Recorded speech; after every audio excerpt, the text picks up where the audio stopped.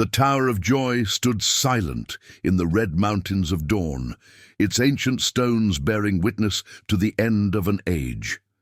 Inside, Lyanna Stark lay dying in a bed of blood, her newborn son cradled in her trembling arms. The child's dark hair was still, damp from birth, and his grey eyes, so like his mother's, stared up at the world with the innocent wonder of new life. "Promise me, Ned," Lyanna whispered, her voice barely audible above the desert wind that howled through the tower's broken windows. "Promise me you'll protect him. Promise me you'll keep him safe." Eddard Stark knelt beside his sister's deathbed, his heart breaking as he watched the life fade from her eyes. He understood what she was asking: to hide the boy's true parentage, to raise him as a bastard, to bury the truth beneath layers of lies and half-truths that would protect him from Robert Baratheon's wrath. But as Ned looked down at the child, at Aegon Targaryen, the true-born son of Prince Rhaegar and Lyanna Stark, he felt something stir within him that was stronger than fear, stronger than pragmatism, stronger even than love. It was honor, pure and unyielding, the same principle that had guided the Starks for 8,000 years. "I promise you, Lyanna," he said quietly, his voice carrying the weight of an oath sworn before gods and men. "I promise I will protect him, but I will not lie about who he is." Lyanna's eyes widened with alarm, her hand gripping his arm with desperate strength. "Ned, you don't understand. Robert will kill him. The child is innocent. The child is innocent," Ned agreed, his voice firm with conviction. "And innocent children should not have to bear the burden of their parents' choices. He is your son, Lyanna. He is Rhaegar's son. He is a Targaryen prince, and I will not make him live in shadows because the world fears what he represents." "Then you doom him to death," Lyanna gasped, tears streaming down her pale cheeks. "No," Ned replied, standing with the child in his arms. "I free him to live. The truth may be dangerous, sister, but lies are poison. They corrupt everything they touch, and I will not poison this boy's life with the shame of bastardy when he has done nothing to deserve it." Those words, spoken in a moment of grief and conviction, would change the course of Westerosi history forever. The journey north from Dorne was unlike anything the Seven Kingdoms had ever seen. Rather than returning home in secret with a bastard child, Ned Stark rode openly with a royal prince, accompanied by a declaration that would shake the very foundations of the realm. The parchment bearing Ned's seal was simple but devastating in its implications. By this document, Eddard Stark, Lord of Winterfell and Warden of the North, do hereby attest to the legitimate birth and true parentage of the child known as Aegon Targaryen, sixth of his name, born to Prince Rhaegar Targaryen and Lady Lyanna Stark at the Tower of Joy in Dorne. The child was born in lawful wedlock, his parents having been joined in marriage according to the rites of the old gods before witnesses. As the last living witness to these events, I stake my honor and my life on the truth of this testimony. The document was accompanied by evidence that Ned had carefully gathered: Rhaegar's harp, found in Lyanna's chamber; the marriage cloak, bearing both Targaryen and Stark symbols; and most damning of all, the testimony of Arthur Dayne himself. The sword of the morning had not died at the Tower of Joy, as the songs would later claim. Instead, mortally wounded and knowing his life was forfeit, he had used his final moments to bear witness to the truth of young Aegon's parentage. His dying words, sworn before the Seven and witnessed by Howland Reed, confirmed what Ned had already suspected, that Rhaegar and Lyanna had been lawfully wed, that their love had been real, and that their son was no bastard but a true prince of the blood. When word reached King's Landing that Ned Stark was returning not with news of his sister's death and a bastard child, but with a living Targaryen prince, the reaction was immediate and explosive. Robert Baratheon's rage was legendary. "Targaryen spawn!" he roared, his fist crashing down on the council table hard enough to crack the wood. "I'll not suffer that silver-haired brat to live. Send ravens to every lord in the realm. Any man who harbors that child or aids in his protection will be branded a traitor." But Robert's fury met an unexpected obstacle in the form of Jon Arryn, the man who had fostered both Robert and Ned, and who commanded respect throughout the Seven Kingdoms.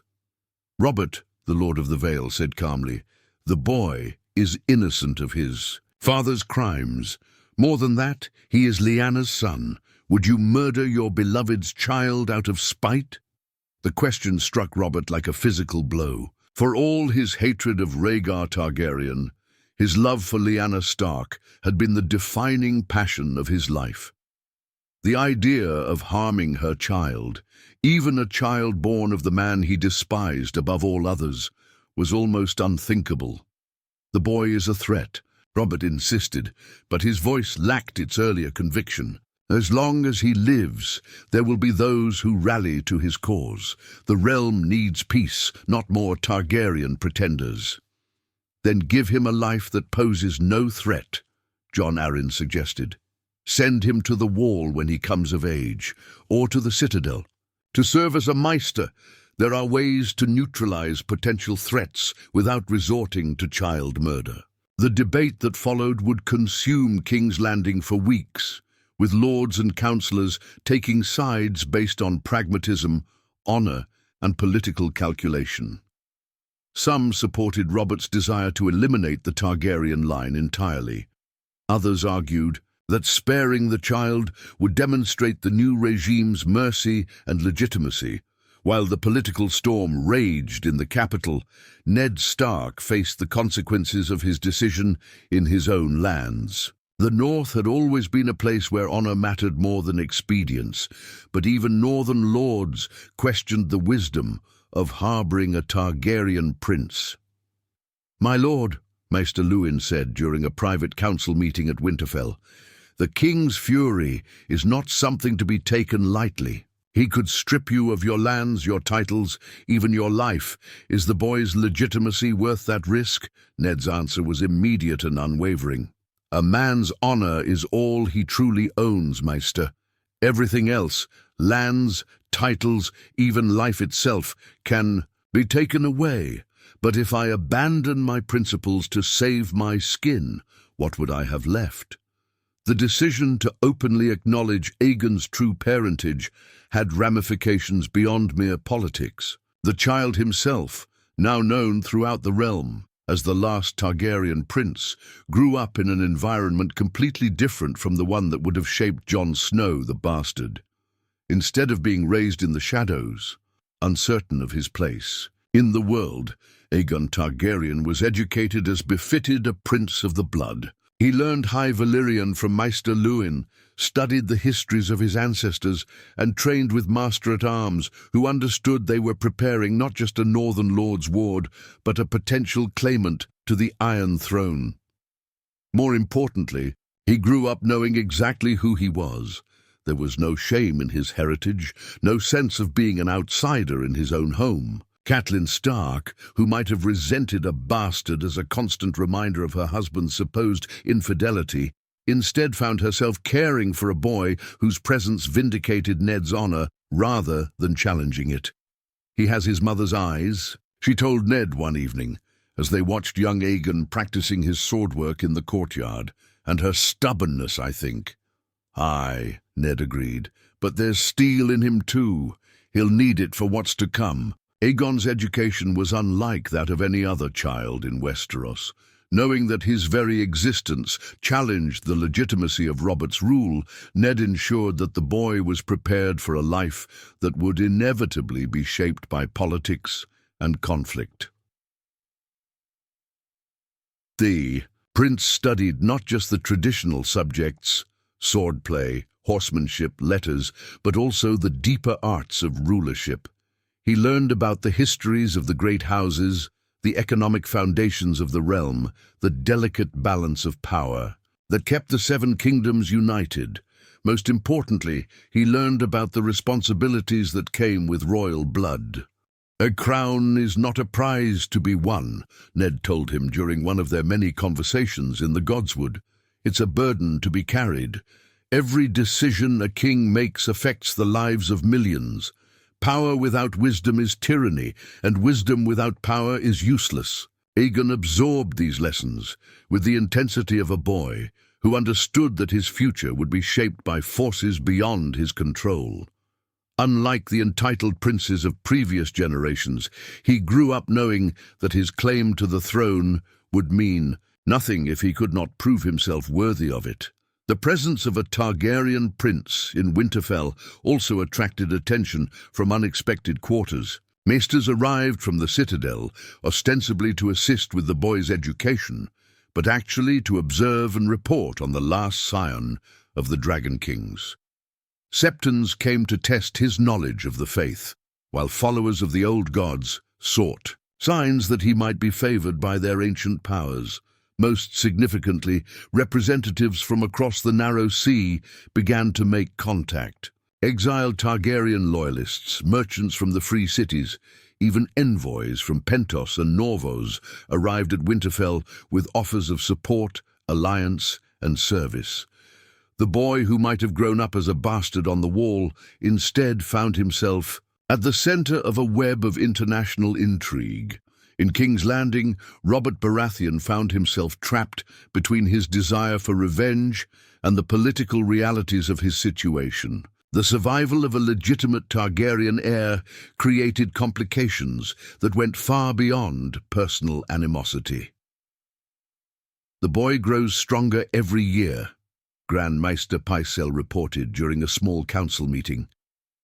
"Reports from the north suggest he shows considerable promise, intelligent, skilled at arms, and popular among the northern lords. If he were to press a claim—" "He's a child," Robert growled, but his words lacked conviction. Aegon was now 12 years old, no longer the helpless infant who had been born at the Tower of Joy. In 4 more years, he would be old enough to be declared a man grown. In 6, he could theoretically rule in his own right. "A child who grows more dangerous with each passing season," Tywin Lannister observed. As Robert's hand, Jon Arryn, having died of a fever 2 years prior, the Lion of Casterly Rock had no love for potential threats to the Baratheon dynasty.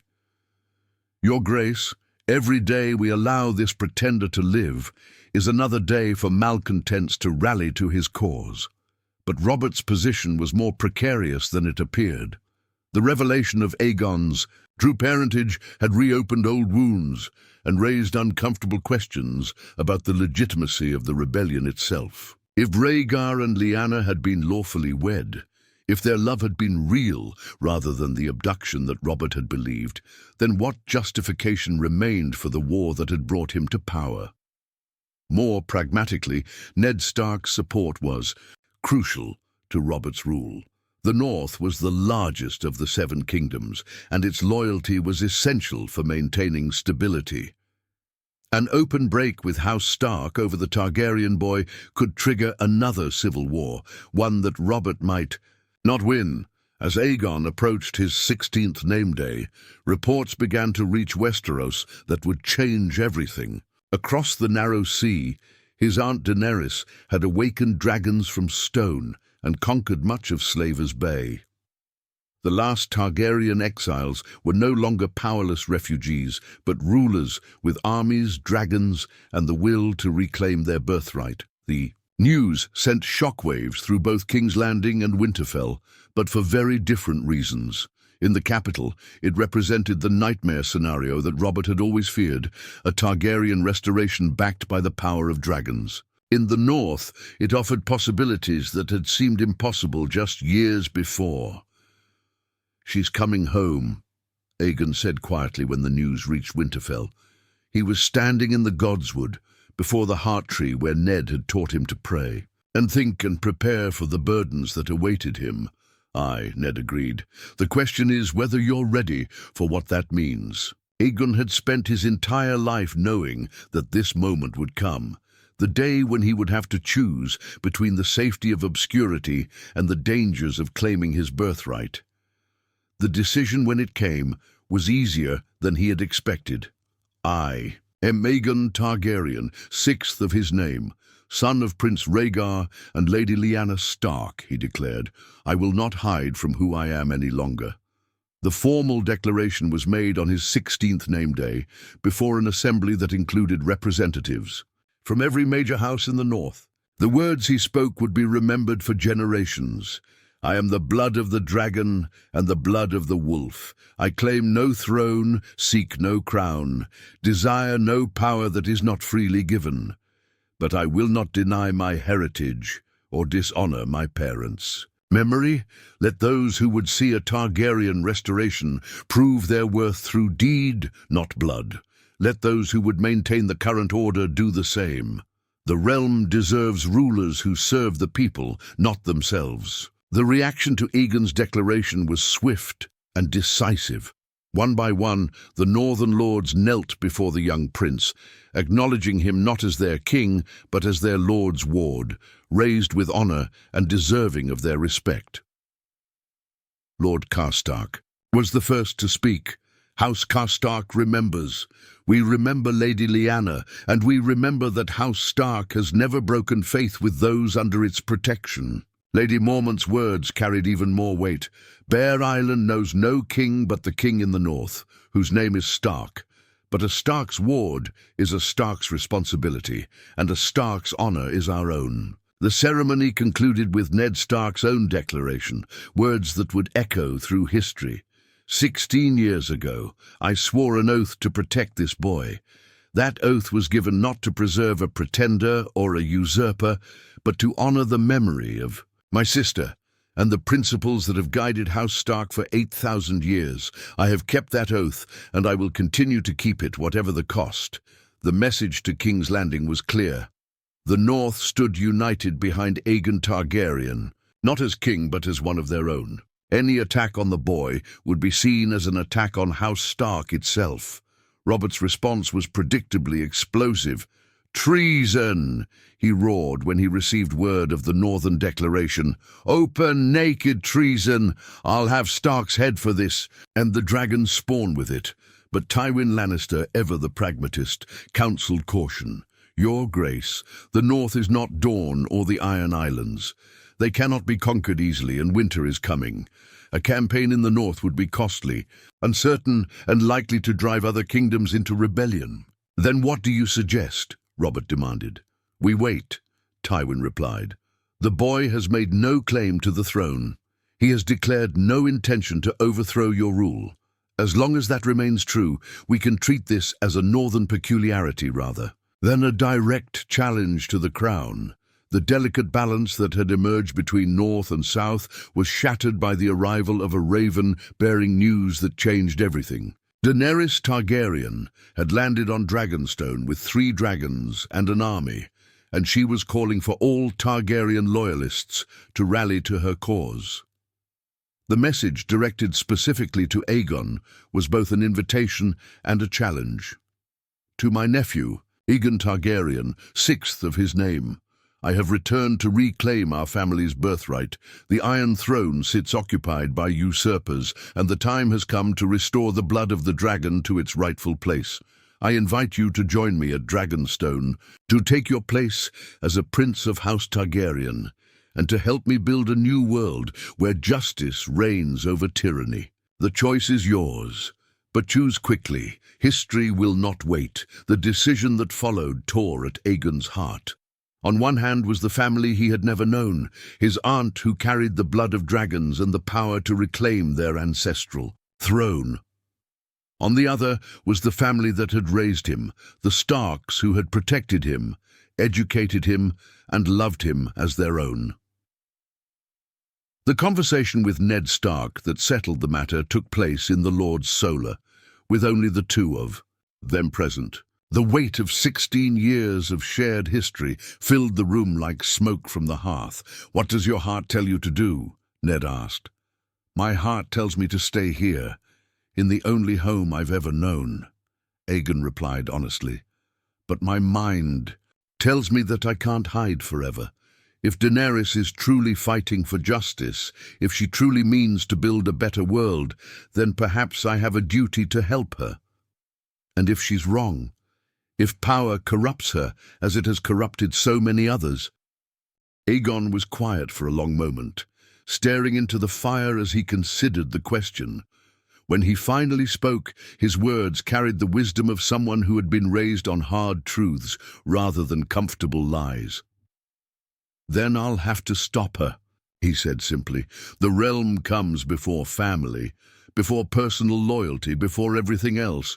You taught me that." Ned smiled sadly. I did. Perhaps too well." Aegon's departure from Winterfell was unlike any in the castle's long history. Rather than sneaking away in darkness or leaving under a cloud of suspicion, he departed with ceremony and honor, blessed by the old gods and the new, carrying the good wishes of the family that had raised him. Catelyn Stark, who had grown to love the boy as her own, gave him a cloak bearing both the Stark direwolf and the Targaryen dragon. "Remember who you are," she told him. "Not just the blood in your veins, but the lessons in your heart." Arya, now 13, and fierce as a young wolf, pressed a dagger into his hands. "In case you need to cut through lies to reach the truth." Robber clasped his hand like a brother. "Whatever happens, you'll always have a place here. The North remembers, and we remember our own." Even little Rickon, barely 6 years old, contributed his own gift, a carved wooden wolf that he had made himself. "So you don't forget us," he said solemnly, but it was Sansa's gift that touched him most deeply. The girl who dreamed of knights and songs and southern chivalry gave him a single white rose. For when you need to remember that beauty still exists in the world, no matter how dark things become.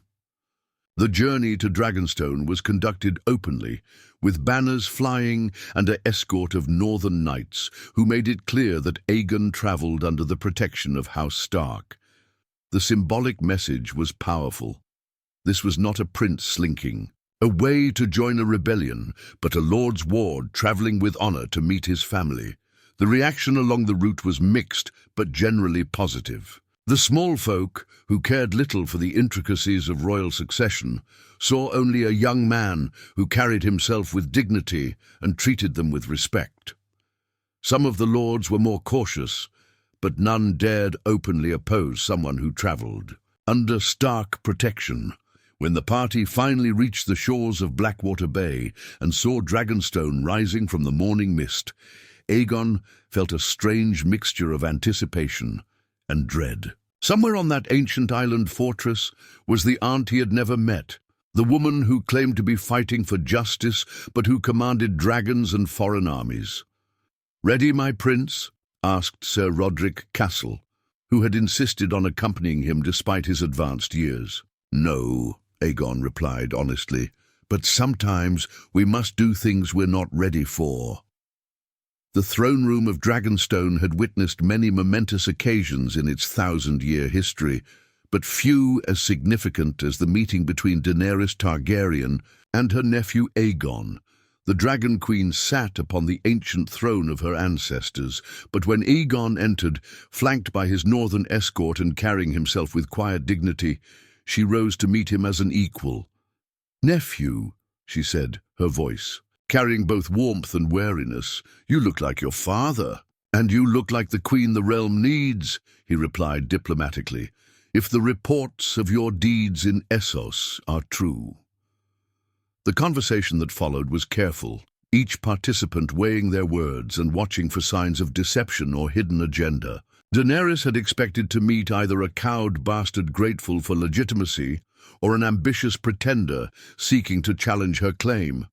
Instead, she found something more complex. A young man who understood power but was not corrupted by it, who carried himself with confidence but without arrogance. "I hear you've made no claim to the throne," she said, studying his face for his reaction. "I've made no claim because I have none to make," Aegon replied. "Whatever rights I might have inherited from my father are superseded by your own. You are the elder, you have proven yourself in battle and rule, and you have dragons. More importantly, you have done the work of liberation while I was learning sword forms in Winterfell." The admission surprised her. Most men with any claim to power, however tenuous, would have insisted on their rights. "Then what do you want?" "To serve," Aegon said simply. "If you truly mean to build a better world, if you truly intend to break the wheel rather than simply turning it, then I want to help. The realm has suffered enough from the ambitions of kings and queens who cared more about power than people. And if I prove unworthy of that service?" The question hung in the air like a drawn blade. Aegon's answer, when it came, carried the weight of 16 years of northern upbringing and stark honor. "Then I will do what honor demands," he said quietly. "The realm comes before personal loyalty. My father taught me that, even if he taught it by negative example." Daenerys studied him for a long moment, seeing in his grey eyes the same steel that had marked the Starks for generations, tempered by something else, a kind of moral clarity that reminded her of the stories she had heard about Ned Stark himself. "Very well," she said finally. "You may stay, but understand this: I am the queen. My word is law, my will is supreme. Can you accept that? As long as your laws are just, and your will serves the realm," Aegon replied. "I swore no oath to serve tyranny, even Targaryen tyranny." The challenge in his words might have earned a death sentence from another ruler, but Daenerys found herself almost smiling. Here, finally, was someone who would tell her the truth even when it was uncomfortable. In a world full of sycophants and yes-men, that was a rare and valuable gift. In the months that followed, Aegon became one of Daenerys's most trusted advisors, not because he told her what she wanted to hear, but because he consistently told her what she needed to know. His unique background, raised in the north but born a Targaryen, gave him insights into both the nobility and the common folk that proved invaluable. When Daenerys proposed landing at King's Landing with her full force of dragons and Dothraki, it was Aegon who counselled restraint. "The people fear dragons," he told her during a war council meeting. "If your first act is to rain fire on the capital, you'll be remembered not as a liberator, but as another mad King Aerys. Better to demonstrate strength through mercy than power through destruction." His suggestion, to land at Storm's End and invite the lords of Westeros to parley, proved brilliant. Rather than facing immediate warfare, Daenerys found herself in the unprecedented position of being able to negotiate from strength while offering terms that even her enemies could accept. The great meeting that followed was held in the ruins of Harrenhal, chosen for its symbolic significance as a place where Aegon the Conqueror had once demonstrated both the power and the limitations of dragons. Representatives from every major house attended, drawn by curiosity, fear, and the promise of safe conduct. Robert Baratheon himself attended, though he came armed and armoured as if expecting treachery. The sight of him, older, fatter, worn down by years of excess, struck both Targaryens as profoundly sad. This was the man who had commanded the loyalty of half the realm, who had overthrown a dynasty through sheer force of will and the strength of his arm. "So," Robert said when the formal introductions were complete, "the Dragon Queen and her pet pretender come to demand their throne." The insult was clearly intended to provoke a reaction, but Aegon's response surprised everyone present. Instead of anger or indignation, he showed something far more dangerous: pity. "Your Grace," he said quietly, "I am no pretender. I am exactly what I appear to be, a young man trying to serve his family and his realm to the best of his ability. The key question is not what I demand, but what the realm needs." "The realm needs peace," Robert shot back, "not more Targaryen madness." "Then we agree," Daenerys interjected smoothly. "The realm does need peace, which is why we're here to offer terms rather than simply taking what is ours by right of blood and strength." The negotiations that followed were among the most complex. in Westerosi history, involving not just the transfer of power, but the fundamental restructuring of how the Seven Kingdoms would be governed. The agreement that emerged, later known as the Great Compromise, satisfied no one completely, but offered everyone something they could live with. Robert would abdicate the Iron Throne, but retain Storm's End as a sovereign duchy, independent but allied to the crown. The Baratheon line would continue, but as great lords rather than kings. In exchange, Robert would publicly acknowledge Daenerys as the rightful queen, and Aegon as a legitimate prince of the blood. The other great houses received similar accommodations. The North was granted unprecedented autonomy, with the Starks continuing as wardens, but with the right to opt out of royal wars that didn't directly threaten the realm. Dorne received trading privileges and the formal acknowledgement of their cultural differences. The Vale, the Reach, and the Riverlands were offered various concessions and positions in the new government. Most importantly, the new regime would be bound by a formal constitution, a document that limited royal power and established rights that even dragons could not overturn. No longer would kings and queens rule by divine right alone. They would govern through consent and law. "This is madness," Tywin Lannister declared when the terms were presented. "Kings do not negotiate with their subjects. They command, and their subjects obey, which is precisely why the old system failed," Aegon replied. "Power without accountability is tyranny, and tyranny always fails eventually.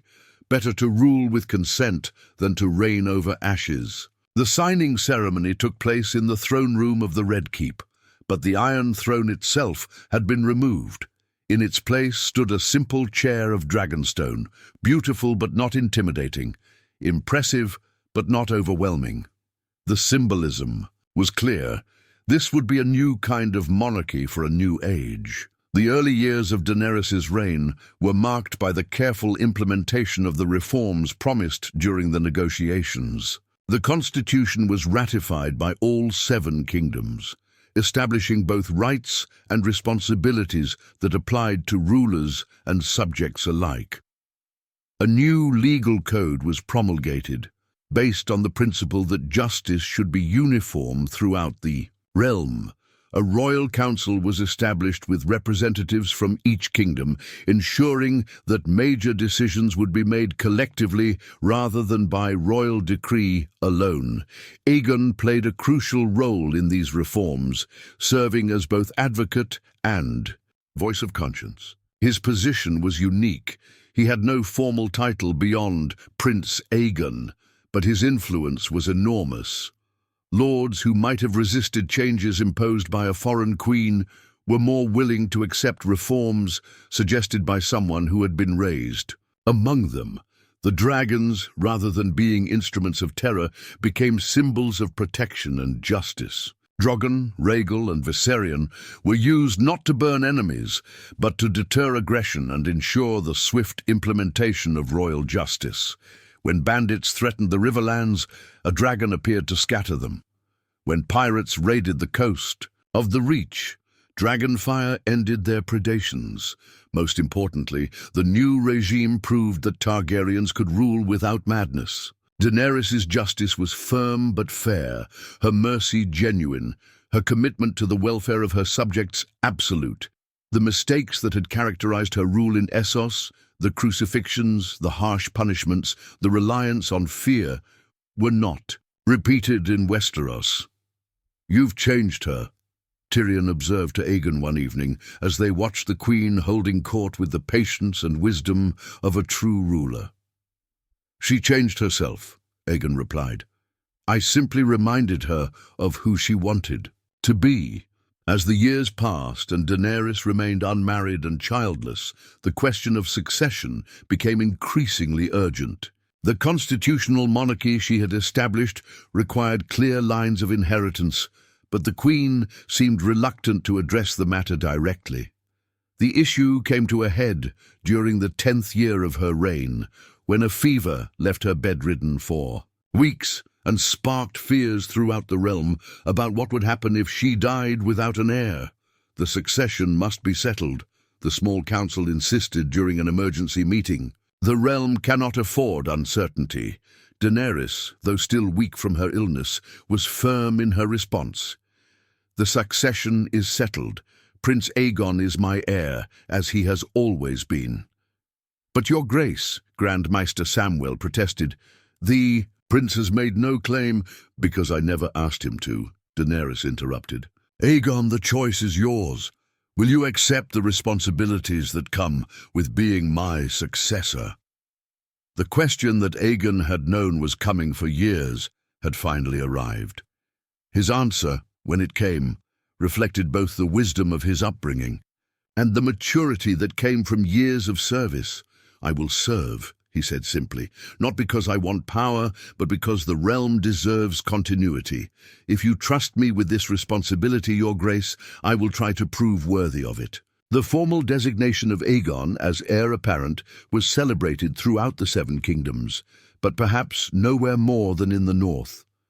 Word reached Winterfell that their foster son, raised with honor and love in the halls of their ancestors, would one day rule the realm he had been taught to serve. The pack survives, Arya wrote in a letter that brought tears to Aegon's eyes, and the wolf dragon will protect the realm as his fathers taught him. The new order faced its greatest test when reports arrived of a massive invasion from across the narrow sea.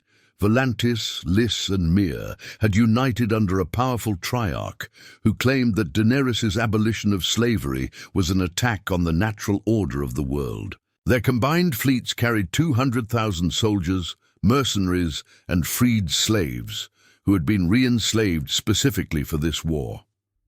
The invasion force landed in Dorne, counting on the historical connections between the free cities and House Martell to provide them with a foothold in Westeros. They had miscalculated. Prince Doran Martell met them not with welcome, but with spears, declaring that Dorne would never again serve foreign masters. The war that followed tested every aspect of the constitutional monarchy that Daenerys and Aegon had built. For the first time, the great houses had to decide whether their oaths to the crown were stronger than their regional interests. The answer, when it came, vindicated everything they had worked to achieve. The North marched under Stark banners, but they marched for the crown. The Vale Knights rode out not for personal glory, but for the principle that slavery would never return to Westeros. The Reach provided supplies and gold, not because they were commanded to, but because they chose to support a just cause. Even Robert Baratheon, now Lord of Storm's End, and supposedly neutral in conflicts that didn't directly threaten his lands, chose to honor his oath to the crown. His letter to Daenerys was brief but significant. I swore to acknowledge your rule.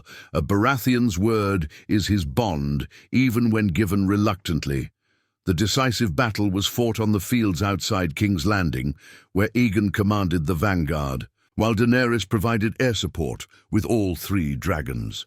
The sight of the young prince leading from the front, his sword flashing in the sunlight as he cut through enemy ranks, inspired the entire army. When victory was finally achieved, it was Aegon who accepted the surrender of the surviving enemy commanders. His terms were generous: exile rather than execution, the chance to return home rather than spend their lives in dungeons. Why spare them? One of his captains asked.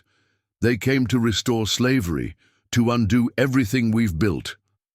Because mercy is strength, Aegon replied, echoing lessons learned in the Godswood of Winterfell, and because the realm we're building must be better than the one we replaced. With the realm secure and the succession settled, pressure mounted for both Daenerys and Aegon to marry and produce heirs of their own. The Queen, now in her 30s, was still young enough to bear children, while Aegon was approaching his 25th name day with no bride in sight. The solution, when it came, was both practical and surprising. Daenerys announced her intention to marry Ser Jorah Mormont, the man who had served her faithfully since her exile began. The choice shocked many. He was older, common borne by the standards of kings and queens, and carried the stain of his past slavery dealings. But Daenerys made it clear that she was choosing love over politics, heart over expedience. "I have spent my entire life being told who I should marry for the good of the realm," she declared during the announcement. But a queen who cannot choose. Her own husband is no queen at all. Jorah has proven his worth through deed, not birth. He will be my king consort, and any who question that choice question me. Aegon's marriage was a more complex matter. As heir to the throne, his choice would have significant political implications for generations to come. The options presented to him represented every major power block in the realm: a Stark daughter to strengthen ties with the North, a Tyrell to secure the Reach's wealth, a Martell to appease Dorne's pride. But Aegon surprised everyone by choosing none of them. Instead, he asked for the hand of Shireen Baratheon, Robert's young daughter, who had survived the grayscale that had marked her childhood. The choice was politically brilliant. It united the old and new dynasties, provided legitimacy to both lines, and demonstrated that the new order valued worth over appearance. "She's the smartest person I've ever met," Aegon explained to Daenerys when she questioned his choice, "and she's kind, brave, and completely unimpressed by titles or dragons. If I'm going to spend my life serving the realm, I want to do it beside someone who reminds me why that service matters." The double wedding was held in the Great Sept of Baelor, with representatives from across the known world in attendance. When Aegon and Shireen exchanged vows, her scarred face radiant with joy, there wasn't a dry eye in the vast cathedral. Here was a prince who had chosen love over politics, substance over appearance, proving that the new order truly was different from what had come before. The period that followed became known as the Golden Years of the Targaryen Restoration. Under the dual leadership of Daenerys and Aegon, the Seven Kingdoms prospered in ways that had seemed impossible just decades before. Trade flourished, the arts bloomed, and technological innovations transformed daily life throughout the realm. Tuck University that Aegon established in King's Landing became a center of learning that rivaled the Citadel, but unlike the ancient institution, it welcomed students regardless of birth or gender. The hospital that Daenerys founded provided healing to rich and poor alike, funded by a tithe on all royal incomes. The roads, harbors, and bridges they built connected the realm in ways that promoted both commerce and understanding. But perhaps their greatest achievement was the gradual transformation of Westerosi culture itself. The new legal code they established made it clear that justice was not the province of lords alone, but a right belonging to all subjects. The constitutional monarchy they had created provided mechanisms for peaceful change that made civil wars unnecessary. The meritocratic appointments they made to key positions proved that talent mattered more than bloodline. Aegon's children, 3 sons and 2 daughters, born to him and Shireen over the course of their marriage, grew up in a world that their parents could barely have imagined. They learned that crowns were earned through service, that power was a tool for justice, and that the strong existed to protect the weak. More importantly, they learned these lessons not as abstract principles, but as the lived reality of their daily experience. The dragons, meanwhile, multiplied and spread throughout the realm, no longer concentrated in royal hands, but distributed among trusted dragon riders who served as the crown's representatives in distant regions. Each dragon was bound not to a single rider, but to an oath to protect the innocent, defend the weak, and serve the common good. The sight of dragons in the sky became associated not with conquest, but with security, not with fear, but with hope. "We've done something remarkable," Daenerys told Aegon one evening as they stood on the balcony of the Red Keep, watching their dragons play in the clouds above King's Landing. "We've made dragons boring, the most dangerous creatures in the Ser. world, Aegon agreed with a smile, and people complain when they're late delivering the mail. 20 years after Aegon had left Winterfell as a young man seeking his destiny, he returned as the heir to the Iron Throne, bringing with him a queen, a family, and the promise of a better world. The homecoming was everything he had dreamed of and more. Ned Stark, now grey and bent with age, but still sharp as a blade, embracing him like the son he had raised. Catelyn, her own children grown and married, fussing over his wife and children as if they were her own grandchildren. The great hall of Winterfell had been prepared for a feast that would be remembered for generations. Representatives from every northern house attended, along with dignitaries from the other kingdoms who had come to witness this reunion of the wolf and the dragon. When Ned Stark rose to speak, his words carried the weight of decades of honor. "And Zervis, 20 years ago," he began, his voice carrying clearly through the packed hall, "I made a choice that many thought was folly. I chose truth over convenience, honor over safety, principle over pragmatism. I have been blessed to live long enough to see that choice vindicated." He turned to look at Aegon, seated at the high table with his family around him. "The boy I raised has become a man worthy of the crown he will inherit. The prince who left. Winterfell has returned as a king in all but name, and kings are measured not by their birth, but by their deeds." The toast that followed echoed through the hall and beyond, carried by ravens to every corner of the realm. To Aegon Targaryen, the Prince of Winterfell, the heir to the Iron Throne, and the man who proved that honor is not a luxury, but a necessity. But perhaps the most moving moment came later, when Aegon knelt before the heart tree in the Godswood, where he had learned his first lessons about duty and honor. Ned Stark knelt beside him, and for a moment they were not lord and prince, but simply a father and son, connected by bonds stronger than blood. "Did I do right?" Ned asked quietly. "All those years ago when I chose to reveal your identity rather than hide it?" Aegon's answer came without hesitation.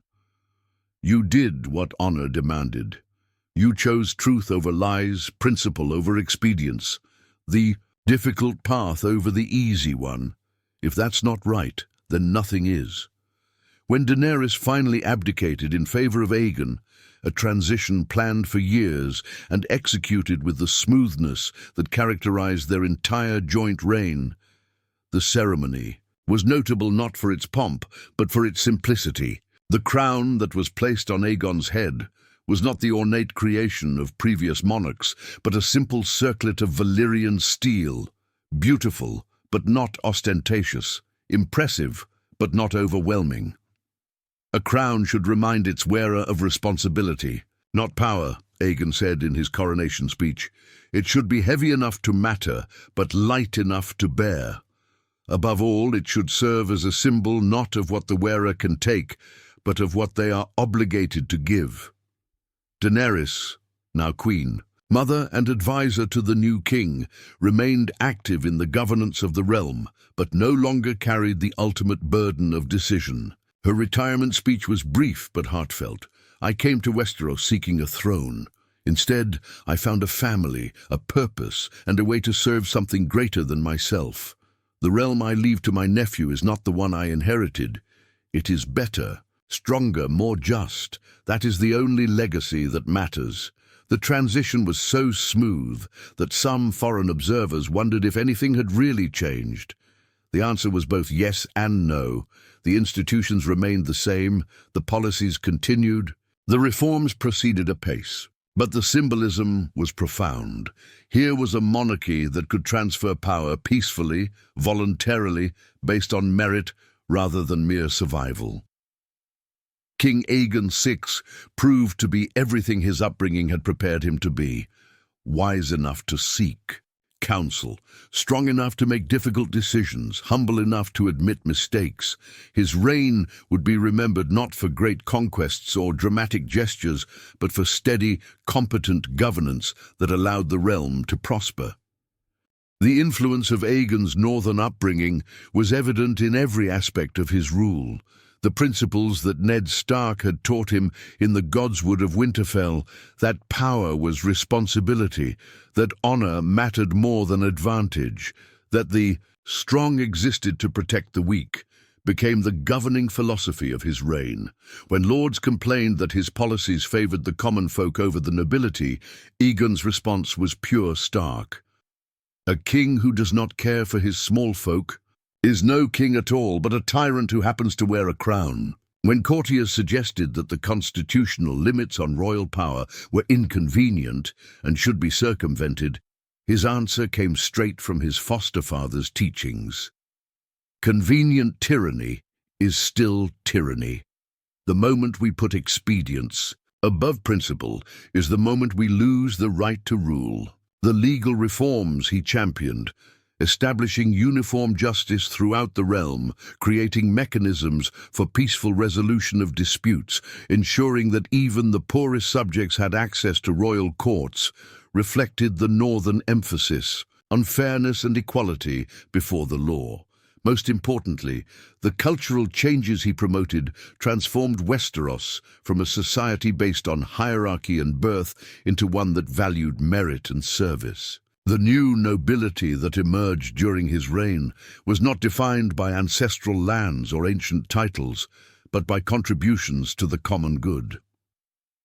The final test of everything Aegon and Daenerys had built came 30 years into his reign, when reports arrived of a massive threat from the Far East.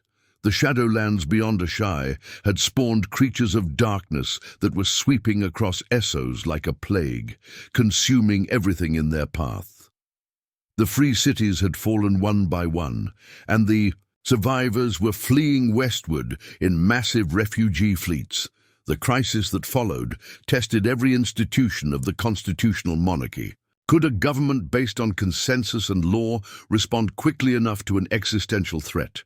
Could a realm that had chosen peace over war still defend itself when necessary? The answer was a resounding yes.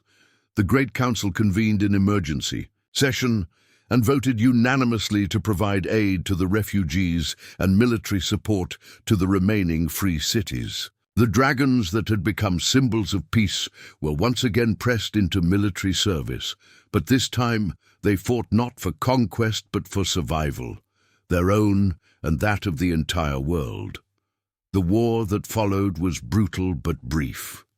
The creatures of shadow, powerful as they were, could not stand against the combined might of dragons and human courage. More importantly, the victory was achieved not through Westerosi strength alone, but through an alliance that included every free people. From the Summer Isles to the Dothraki Sea, when peace was finally restored, Aegon's speech to the assembled representatives of the free world captured the essence of what they had achieved.